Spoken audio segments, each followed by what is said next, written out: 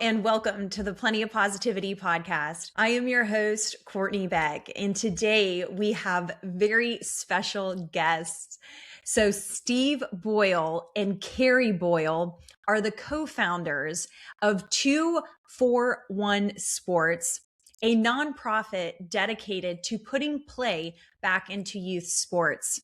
Their work sits at the intersection of sport, social emotional learning, and mental health, with a mission rooted in the belief that life's too short for just one sport. Through school-based programs, community partnerships, and national advocacy, 241 provides children from all backgrounds the opportunity to grow physically and emotionally through play-filled sport. Together, Steve and Kerry are helping reshape youth sports culture by prioritizing joy, connection, and lifelong well-being over early specialization and pressure. It is my absolute honor to welcome Steve Boyle and Kerry Boyle. Thanks for having us. Yeah, this is really fun. What could go wrong talking about positivity for an hour? So let's do it. Yeah. I am absolutely thrilled to have both of you on because without a doubt, I want to dive into youth sports. Of course, this podcast is all about life, sport, and career, and we will certainly touch on all as well as leadership too. So why don't we go ahead and jump right into it? If you all could provide an introduction and a background of yourselves. You want to go first?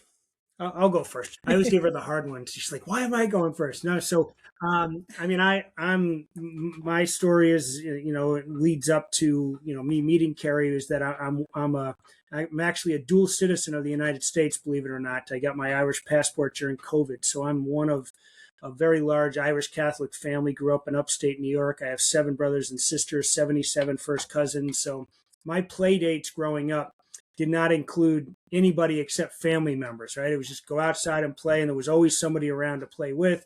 I had 3 older brothers, and so if you ever needed to play 2v2, they'd always pick me and just beat the heck out of me. So I grew up playing lots and lots of sports, and then when I was, I guess around grade 8, I started to fall in love with basketball. But even though I was a track and soccer player, basketball was something I kind of aspired to do. And I wound up being a Division I walk-on at Manhattan College, which really, at the time, I didn't realize how much it would change my life. But as a former college athlete who had 3 different head coaches and 11 different assistants in my 4 years, it really impacted my desire to sort of work as a coach in an education. And that the college was in the Bronx.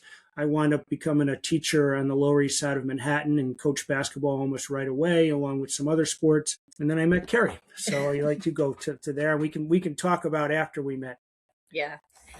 So I grew up in Baltimore. I just have one brother. So I'm sort of married into this big family, which has been very exciting and fun and very different than, having just one sibling. I went to an all-girls school for 12 years, and that really shaped a lot of my leadership skills, a lot of my thinking around athletics, as well as just being a woman in this world.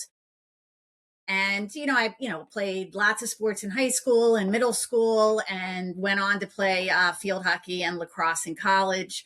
I was lucky enough to do that. And then, my father was a coach and a teacher. So I sort of grew up in a gym and on the fields and became a teacher myself, and then an athletic director. So really spent my entire life working with kids and being part of athletics in some capacity. Thank you both for that incredible introduction. I really do. When I look back, sport truly has such a way of making a positive impact on an individual's life as far as the life lessons that can be, of course, educating that individual as they go through their years in sport.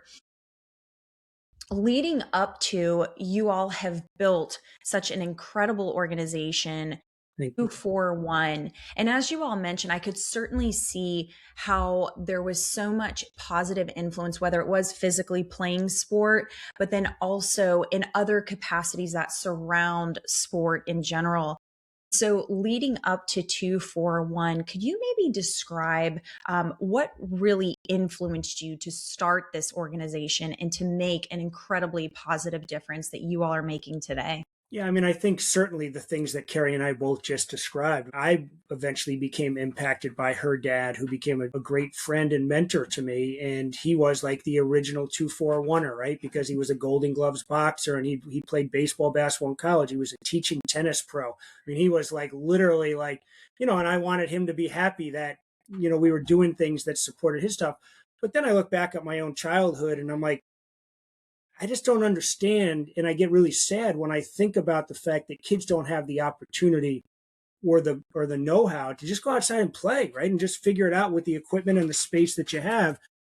And so I would say that the first time we really started to think about it, we had met and decided to move out to Seattle, Washington, where Carrie got a job as an athletic director. And there was a family out there who said they were hiring a personal trainer to help their daughter with their basketball game. And I thought to myself, what? And that was the early 90s. And so then we just started to see it happening. And then we came back to the East Coast and we had our own sort of experience with athletics. And I can sort of tell our origin story. But Carrie, I don't know if you want to add to Courtney's question. I mean, I think even as an athletic director out in Seattle, which you don't think, it's not sort of, we were both from the Northeast, kind of high pressure, kind of, you think about the West Coast, everything's going to be a little bit more laid back. But I mean, the involvement of the parents, this movement towards specialization and college scholarships, even back in the early 90s, was starting to grow. And it was not something that, I'd ever experienced as a young adult or as an athlete in high school. So it was sort of shocking, Absolutely. And I think what's so interesting, that's why I kind of like laying the solid foundation down of our early beginnings and how they really do, how they could form and also provide direction where we go in life. And like I said, for you all to build such a solid organization to really promote youth sports and more so play.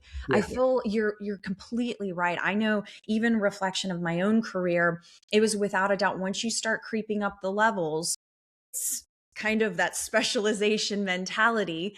And I think that sport has such a strong way of allowing those life lessons, not even just the friendships built, but understanding how do you react, especially when you're younger, to loss. Sure. Do you build yourself back up, of course, or even the emotional regulation? And so, as I kind of transition here, I'm curious about kind of like the life part. So, you all both obviously are married, and here you are creating this wonderful organization. So, I would just love for you all to dive into the professional side of it, but then also how you both have come together to create so much meaning in your life as to what you do in your career. Yeah, I mean, I think sort of going back to the origin story a little bit about how we sort of came up with this is Carrie was an athletic director and a teacher at a local private school, and I was a coach and counselor at a local public school. This was after we decided, you know what, we've got a lot of family on the East Coast. Seattle's really far. We had our first child. We actually thought we were going to go to boarding schools because we had no money, right? We were teaching in Catholic schools. Like literally, we had 3 suitcases and a couple grand, and that was it. And we thought, if we go to a boarding school, we'll be able to, get meals, we'll have housing, we'll have a gymnasium, and we'll have a place for the kids to play. And, and we were always involved in school dances and raffle drives. And, we did everything at the school and so we were like, fine. It was interesting. We interviewed from Maine to DC and we couldn't find anything. So Carrie got a job at the Watkinson School here in Hartford, Connecticut. And I always joke that I won because we agreed that whoever got the good job, the other person will go back to school and get their master's. So Carrie got the job and I got to go back to school. But then, our oldest right now, and she's almost 30 at this point, which is crazy, had tried out for a local travel soccer team. And here we were sort of both varsity coaches in the area. And we get the call from the local travel soccer guy that your daughter's our number one prospect. And she was 8. Yeah. We're like, dude, she's 8 years old. She's nobody's prospect. So he goes on about the Brazilian style of play. And we were just both like, good, our daughter doesn't stink at sports. But we had no intention of like getting sort of married to this whole craziness.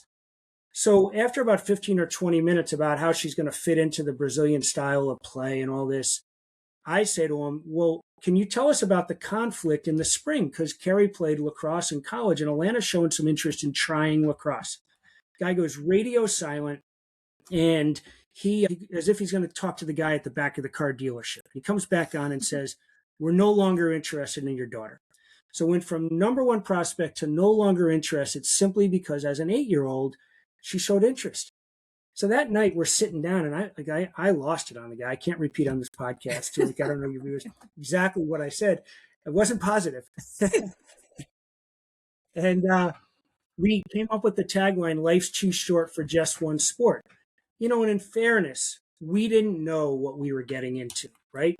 What we did know is that Kerry was an athletic director at a private school, but we got into education, and Kerry will say this more than I did, to have the summers off. And here I was proposing, let's do a summer camp.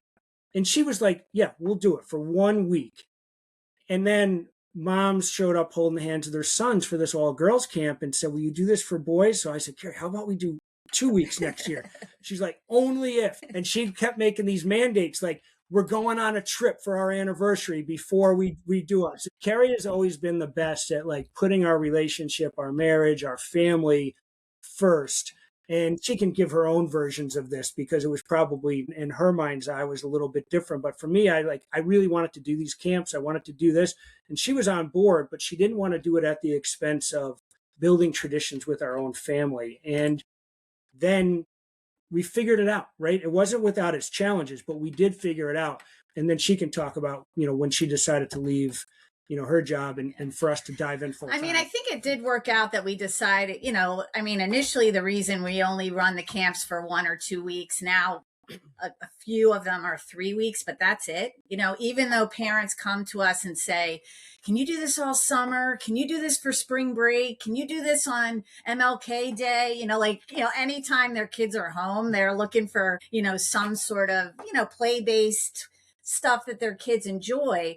But I think because ours are so short, kids want to do it. Sometimes you do something all summer and by week 6, even if it's a great program, your kids are just ready to do something else. So it has worked out as a business model as well as, helping our relationship. So, and I was an athletic director, and I think you can get sucked in that world to working all the, and it wasn't a boarding school, but a prep school. So we did have Saturday games. So, I was working, 6 days a week. So you have to really, and at night and, all of those things. And I did learn how to sort of make time. You have to make, as I'm sure you have to make time for yourself and for your relationships and your family. So, that's just been kind of the center of, and right before COVID, luckily, actually, I had decided I'd been at the school for like 22 years. I had really built up the athletic program, and my kids were all done with school. They were either in college or out. So I was like, I'm ready to also do something differently.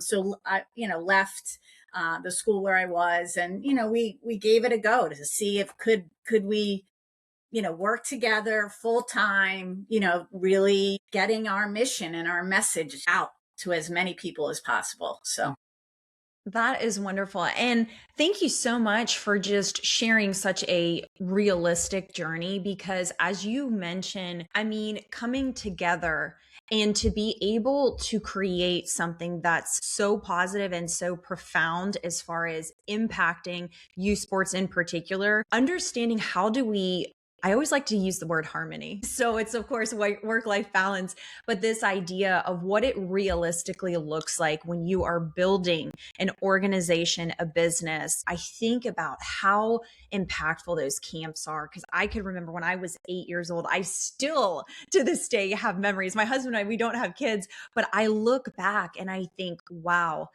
to be able to look at those, they became role models to me, like the gymnasts who were in college. I was like, I want to be you someday. Yeah, for sure. But I just think it's absolutely beautiful how you both have come together to build this organization. And so as we kind of transition, what does it look like in youth sports today? Yeah. Well, we often talk about the fact that we walk in parallel worlds because the camps we've talked about to date have really, those existed in sort of upper middle income America, suburban America, and whether that be in West Hartford, Connecticut, or Washington Park in Denver, Colorado, or Charlotte, Gastonia, North Carolina, those are all, relatively, affluent areas. And in those cases, we're trying to get kids to not specialize. But the work we do now, since going nonprofit in 2021, from a mission standpoint, we've had a little bit of back and forth. At first, we're like, all right, we can still focus on anti-specialization, but let's really look at access. And so we did a lot of work around going 1 or 2 zip codes over and saying, hey, let's do programming for kids who can't even dream about specializing. They don't even know the rules. They don't have the access to travel money or to any of the stuff that it takes to live in that world. And they're literally 1 mile apart. Like, I'm not exaggerating. That's what's crazy. But then we started to realize, well, these kids actually benefit from the stuff we're doing around social emotional learning because they're hyper anxious all the time, or they're super competitive, or they're worried about letting down their parents, or they're whatever. So kids are kids regardless of the zip code. And so our work right now is to not favor one over the other. It's to really serve both of those communities. And when we can, bring them together, because there's learning that happens when we can bring both populations together. And it's not always easy, but we have in some cases figured out a way to do it that's not weird for either population. But ultimately what we're trying to do is, yeah, we don't want you to specialize. Yeah, we want you to have access. But in both cases, we want you to learn the skills of self-regulation and conflict resolution and leadership, regardless of the demographic that you live in.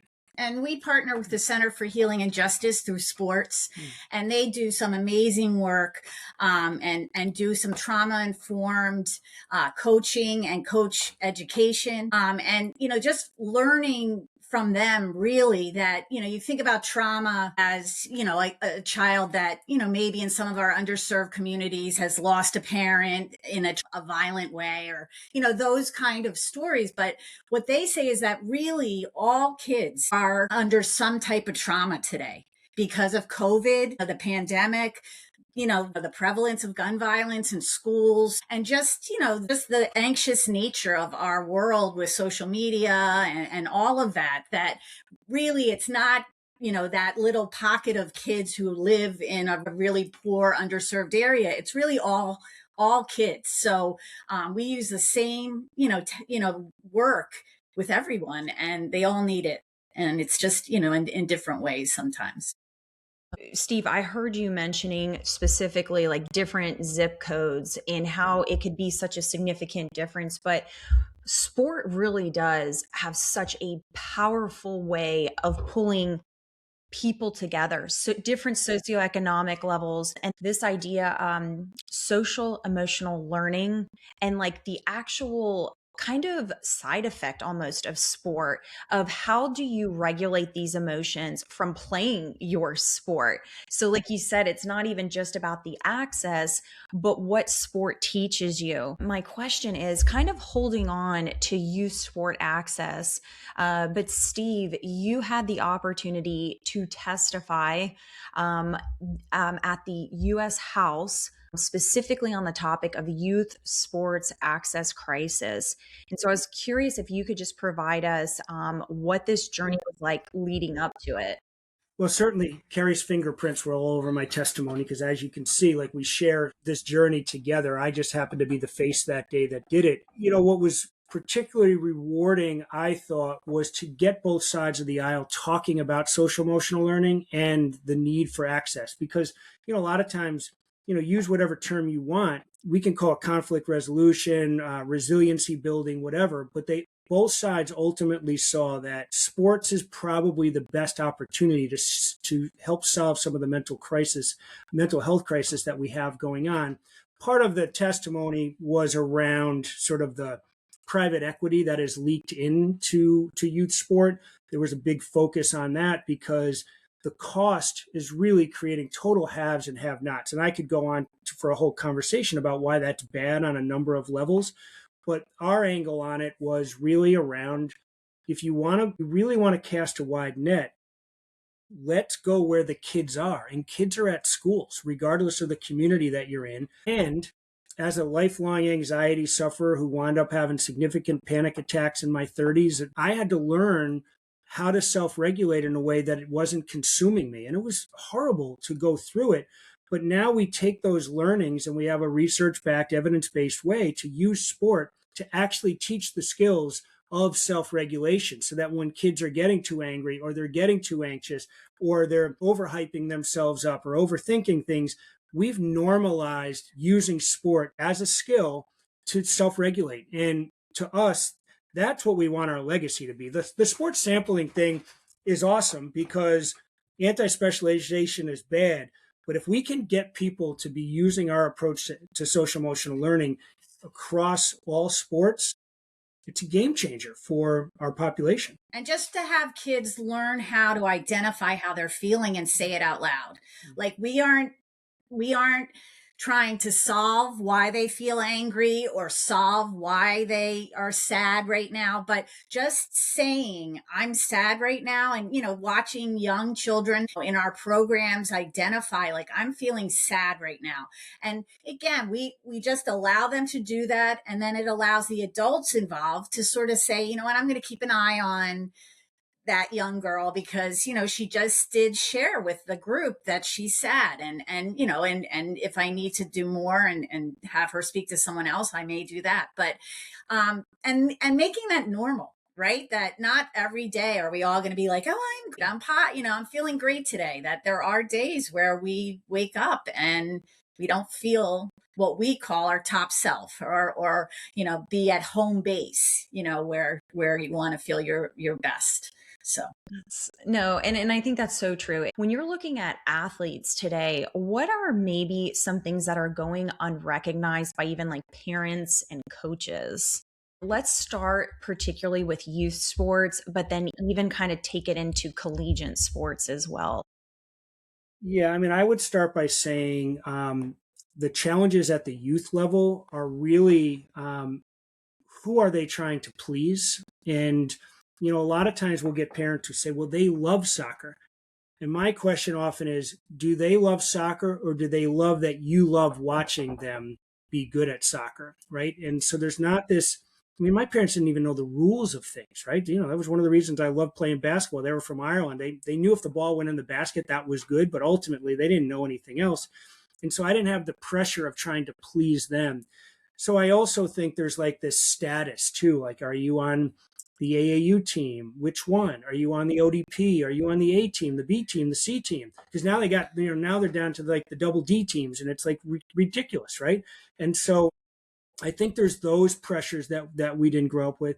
The other thing is that they don't have the experience. When I was trying to learn basketball, the way you would do it is you'd go to the local park, and the only way you got to keep playing was you had to win. And if you didn't win, you had to wait until it was your turn to get back on the court. Well, now kids are getting 8 games no matter what on a weekend because they're on these teams where they're guaranteed a certain number of games. And I'm not sure that's answering your question directly, but that's a totally different mindset in terms of what those guys are experiencing. And I would just add to that, to sort of have the adults recognize that everything is so adult driven right now. And that's not always great for kids because, whether it's the parents saying, we have to sign you up for this. And there is more disposable income in certain, economic levels, and that's what the parents have decided they want to spend the extra money on. But also, coaches organizing the practice, and, everything is very adult driven, and, the tournaments, and there's not this idea of like, let's go out and play in the street or the backyard. And a lot of that is the society we live in now. I mean, no matter where you live, but it's lost, right? So the idea of just going to play has been lost because of adults, making everything like super organized and, all of that. The other thing is that media and access to media, grandparents living in Indiana can watch live streams of their kids' Little League games now, right? So it's taking some of that, but then there's pressure, like, oh my God, grandpa's tuning in from Bloomington, and there's that.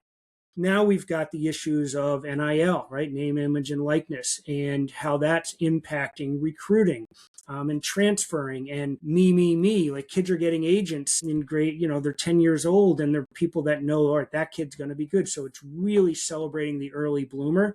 As a lifelong late bloomer, like I wouldn't be on this podcast right now if I grew up in today's society, because I wouldn't have had the opportunity to play Division I basketball, because I didn't get any good until I was a junior in high school, right? And so if I grew up in this era, no way would I've even been on the team, never mind had the opportunity to improve.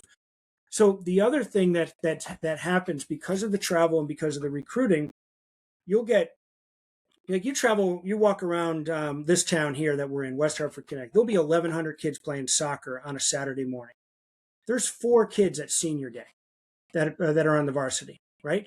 Then you go to college, and the college coaches know, especially Division III, mid-level Division I, there's going to be 12 girls on a college lacrosse roster.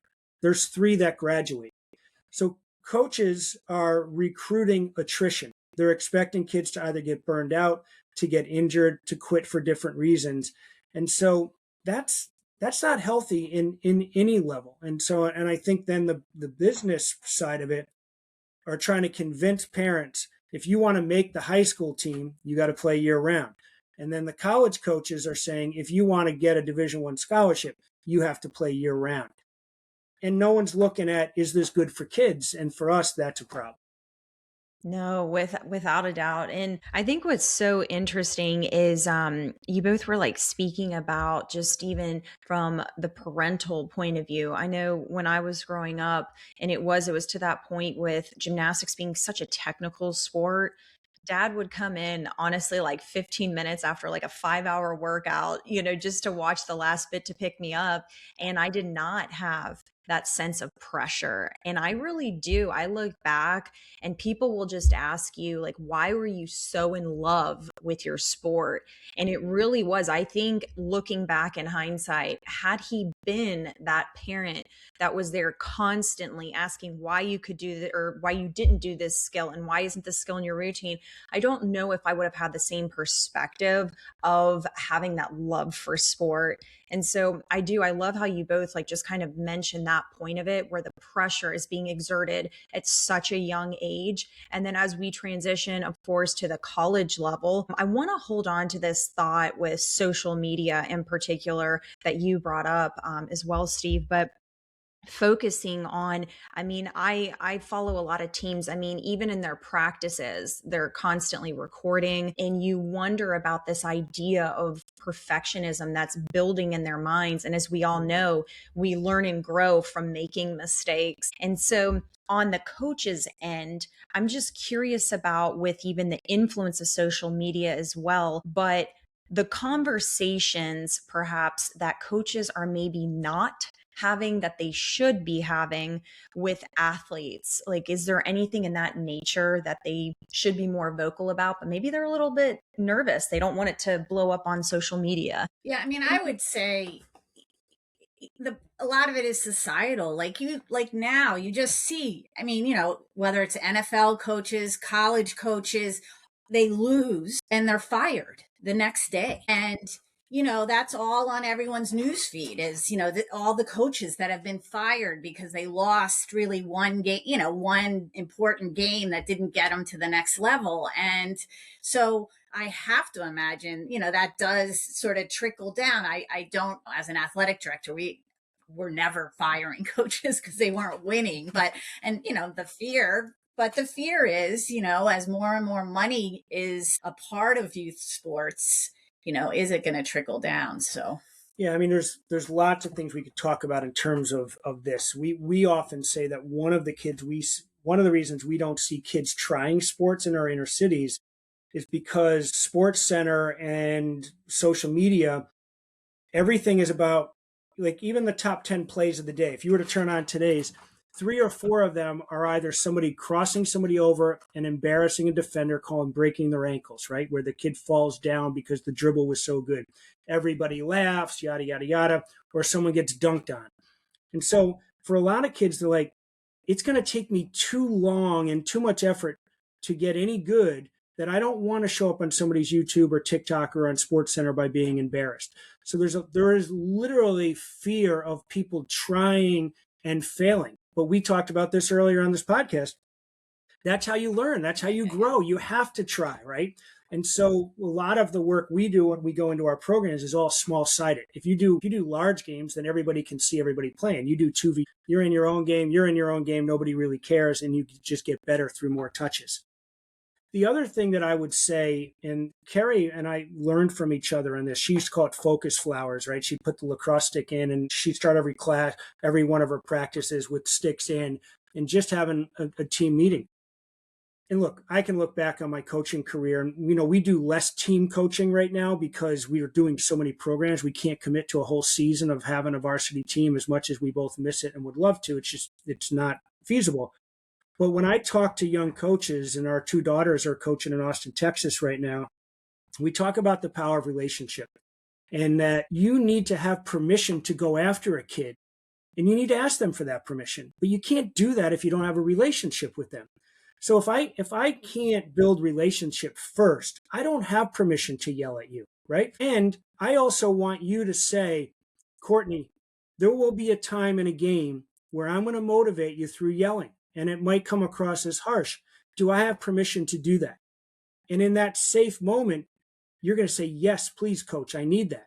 But if you don't build relationship with that child first or that kid first, that can come across as abusive, right? And when I look back, I probably crossed a line sometimes as a young coach because nobody taught me that. Nobody taught me you got to build a relationship. The problem right now in the college world is you only have kids for 3 or 4 months, right? There's so much transferring going on. There's no time for relationship building in the way that, we're here in Yukon territory, right? University of Connecticut. Gino Auriemma and Chris Daly have been together for 41 years. There's a reason that relationship works so well and why they get kids to come. They don't get many kids who transfer out. They have a lot who want to transfer in because they're building legitimate relationship with the kids over those 4 years. And believe me, they can be harsh on those kids. The players will tell you, but they also feel like they're part of a team culture where I've given the coach permission to go after me. And I do think as a coach, what I would say too to a coach is that not all of your athletes are the same. And like Steve said, yes. So Courtney, you might be like, yeah, I want you to really ride me and tell me all the things I did wrong so I can do better. But there is another child on that team who will not respond to that. And you can only say all the good things they did in that practice or, and then, just kind of tweak, what you could have done there, and it's just, but you don't know that about your players unless you get to know them and have a relationship with them, and what works with them it's not cookie cutter and especially, I've only really coached girls and you have to approach girls that way because each of them have their own different way of being addressed and taught and, rewarded. So it's just really important. No, absolutely. And one thing I love about this conversation, just even in reflection right now, is the fact that you both go beyond the physical capacity of sport, but that you focus on exactly what both of you are highlighting just now is building relationships with that individual. Because I know growing up, especially in the early 2000s, the coaching style and the coaching tactics were very, very different in comparison, specifically speaking for the sport of gymnastics. But as we would go up to present day, and you're right, like Kerry, as you mentioned, like focusing on the individual and what motivates them, what inspires them. Because you're right. I mean, I look at a multitude of different individuals that were on our collegiate team, and you could definitely see how one maybe kind of needed needed that like behind them to get going. But then others were doing extra stuff. You almost had to take them out of the gym because there's a certain limit of hours, to practice. And so I really admire what you all are doing with this organization of not only speaking about whether it is access, whether it is also like taking away that specialization, but then also what sport could provide all the good lessons. And I kind of want to take it back specifically to your organization and direct this question to Kerry maybe. But when you talk about the social emotional learning, what is the top shelf skills? If you can maybe just elaborate on that. It's top self. And so, and it's thinking on purpose. So TOP, thinking on purpose. And what we do is kind of what I was talking about earlier, where we have, in our school-based programming, we have an emoji, poster that they all, when they arrive, we do a little bit of free play, and then they circle around the emoji poster, and they just identify how they're feeling. And, again, they can do colors. I feel blue. I feel green. Or they can point to them, or they can say the word, I feel sad. And, again, it's age. It depends on the age and how they're actually feeling. And then we give them some techniques on how to, if you're not at what we call home base or green, how do you get there? Right? Because nobody really wants to stay sad or angry or distracted or, so we do breathing exercises, like a short breathing exercise where they, kind of close their eyes if they're comfortable or look down and, do square breathing, triangle breathing, tapping. There's a skill of the day to get themselves to calm, and try to let go of whatever it is that's making them. And you can see after that short exercise, the kids, something's been lifted. And like I talked about the Center for Healing and Justice Through Sport, they talk about kids come to practice or to school with a lot of backpacks. And some kids, and those are like burdens, and so some kids might have 10 backpacks and they're so weighed down. It's really hard for them even to walk into school because they have so much, baggage that they're carrying. And then some might just have one, right? Every kid has one, right? So, so just that you can just see the baggage on, like the figurative backpack after they do that breathing is lifted and they're ready now to play and run around and do what, the sport of the day. And it's really, it's like Steve said. I think that, the biggest thing about it is I was a school counselor, right? And I would often be asked, go in and do a lesson on anxiety or on anger management. And it would be a heck of a lesson, but it didn't mean anything. It would be like me going in and teaching a piano lesson and saying, all right, go, now you're a pianist. And of course you're not, right? You've just learned. So what we do, like Kerry described, is we do it literally every day so that it becomes a skill for the kids so that, let's just say, eventually they get asked on a date or they want to ask somebody on a date or it's an interview or there's road rage about to happen or they got a test later that day. We've given them some skills to self-regulate during those moments from when you're not in the sports situation, you're in a real life situation where you're like, all I got to do is the skill that Kerry just described, and I can go in my brain to my home base. And so, what's good now is like we didn't have this when we were growing up, especially as a male, to learn about self-regulation. But we often say, like, what does Steph Curry do right before he takes a foul shot? What does Lionel Messi do? What does Caitlin Clark do? Well, and we sort of give them, they take a deep breath, or a football player gets amped up. And so they can see that these self-regulation skills aren't weird, right? It's not counseling. It's a skill. It's a strategy. And if you can relate it to sports, they're much more likely to buy in. I was just thinking, by teaching and educating youth about these skills, I have been speaking about this, particularly maybe more so like under the umbrella, if you will, of like emotional intelligence, but how I was never educated, like, unless you're probably in a psychology class, you are not going to be learning specifically about these topics.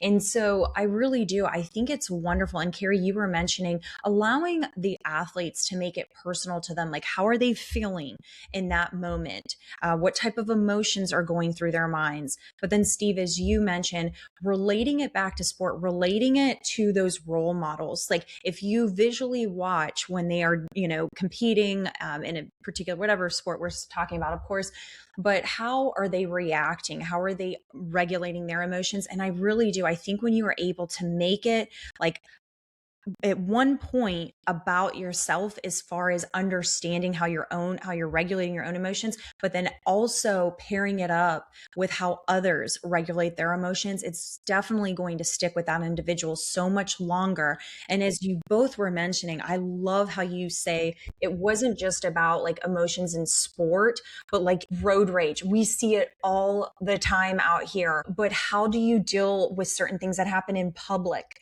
and real life situations once maybe you're far removed from sport? And so I love that you guys are going in this direction as well, pairing it up with the physical side of sport. And what we're able to see too is once like we finish the circle and they play some tag and we go into the sport, so a kid doesn't get passed to, or somebody's, there's they're young and there's always going to be this, wait, that was out on you or whatever. And if a kid, may start crying or he might, start acting out, that the teacher can then take them aside and say, are you being your top self right now? Where are you? You know what I mean? Going so that the kid learns, like, that's not just something we do when we first get to the program. Like, that's something that I carry with me throughout the program. And I realize, oh, wow, I am red right now. And I wasn't red before. And then maybe I should, it just becomes part of their being. So when they're in math class and maybe, something happens and they're feeling that rage again, they can self-regulate in that moment, remembering, the red emoji and trying to get to the green. No, I love this because, like I said, I mean, just what you're speaking about is when you are able to apply that knowledge and into a real life situation that is happening in real time with that coach, with that athlete, you remember so much that way, especially when you're young growing up and you're learning these lessons in life to first begin. And that really does launch you into your career to be successful. Because I know today, a lot of employers are speaking, just in articles I'm reading, hey, we will take care of those technical skills. What we need you to do is literally this emotional regulation, collaboration. How do you communicate with other people? But to date, you have impacted, according to your website here, 21,946 kids across 16 states in 5 countries. And so you guys have done so much incredible work, but what is next for 241? Well, that's the, it's funny because, we're both, in our, we're both of retirement age, let's say, if we wanted to, as lifelong educators, but we're working harder than we ever have. But it's super fun. And, we are getting to travel with some of this work, which is great. We took our model to Kitwe, Zambia, Nairobi, Kenya. We recently had a meeting at the Pentagon, actually, to talk with the Office of Military, Community, and Family Policy to talk about bringing our programming and our method to military bases, because those kids are so transient and they often get moved from base to base as young kids, and there's no consistency in terms of programming. And our feeling was we could do that there. Carrie mentioned that, she's from Baltimore. We're actually starting a pilot in Baltimore, and we've got some work going on in DC. People often are like, are you looking to franchise? And like that sounds like a dirty word to me for some reason, right? I mean, it's just like we are looking to expand our model where it's needed. And quite frankly, it's needed everywhere, right? And so what we're trying to figure out is, how can we raise enough funds so that we can bring our approach, and we lead now with social emotional learning as much as we lead with sport, because we feel like that's where we're having the most impact. Like, so it is, you started by introducing us as the intersection of social emotional learning and sport. We want to go where kids are, and kids are in schools. And so we need to raise funds either through corporate grants, foundations, or government grants to be able to get access to go into these schools so we can deliver our model, because we know that it's impactful. The other thing is that we know we're not going to be around forever and we can't do this forever. Is how do we create this as a legacy program so that 50, 100 years from now, 241 still exists as a known brand and as a known model to do the work we want it to do. We know we're going to continue to fight against specialization, and there's going to be challenges we don't even know about that are still to come. But we do know that it's never going to change as the best place to teach social emotional learning. So we're trying to set ourselves up to be able to have that be known and for us to have good programming that goes on and on and on, regardless of us. Yeah, and I would just add that I think it's so important for young people to have a voice. And I think we are starting with, kindergartners, giving them a voice about how they're feeling and what, works for them or doesn't work for them. And that's a lifelong skill that hopefully is going to impact. I don't know. I'd love to see, I just feel like if more people had a voice and could stand up for what they believe, and it starts at a young age, because it is, like Steve said, it has to become like a habit. That's something you feel comfortable doing, not something, you just start doing in, midlife or something.